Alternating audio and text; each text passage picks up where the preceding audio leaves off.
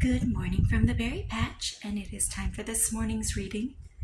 Today's reading comes from Proverbs chapter 3, verses 5 and 6, and it says, "Trust in the Lord with all your heart, and lean not on your own understanding.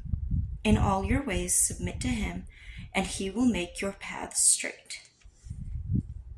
We continue on with the theme of how to keep your mind focused on God. Over the last couple of weeks, we were focused on how his word fuels our physical being and how we trust in him, and that will help with the body.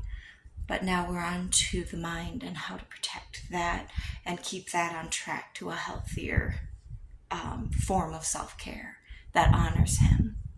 And that, I feel like, is such an amazing classic verse that we all know. I just always forget where it's found. So that's one that I want to highlight and definitely mark so I can always find it, because it's another one that's just so comforting.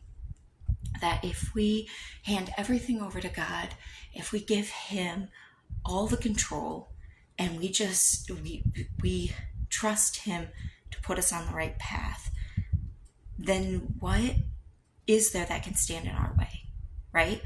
If we trust him with everything, all of our being, how could we ever go wrong? Now, that's not to say you don't have to put in the work. I can sit here I know I've talked about my history of binge eating disorder and food addiction. That's not to say that if I stock my cupboards with Reese's and Oreos and pop, that I'm going to be following God's will. But I know it's not God's will for me to be overindulgent with these things, right? Why would he want me to do something that harms my physical body? If my body is representing his temple, his church, why would he want me to harm that with crap that's not good for me?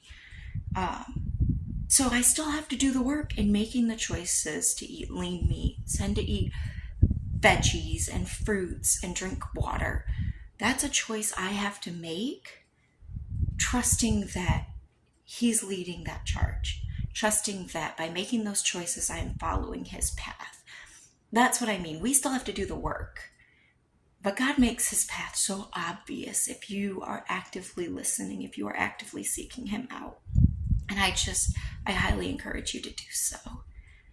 Leave a prayer request in the comments if you have one. Remember to wipe down your gym equipment, and don't forget your aftercare. We'll see you guys tomorrow.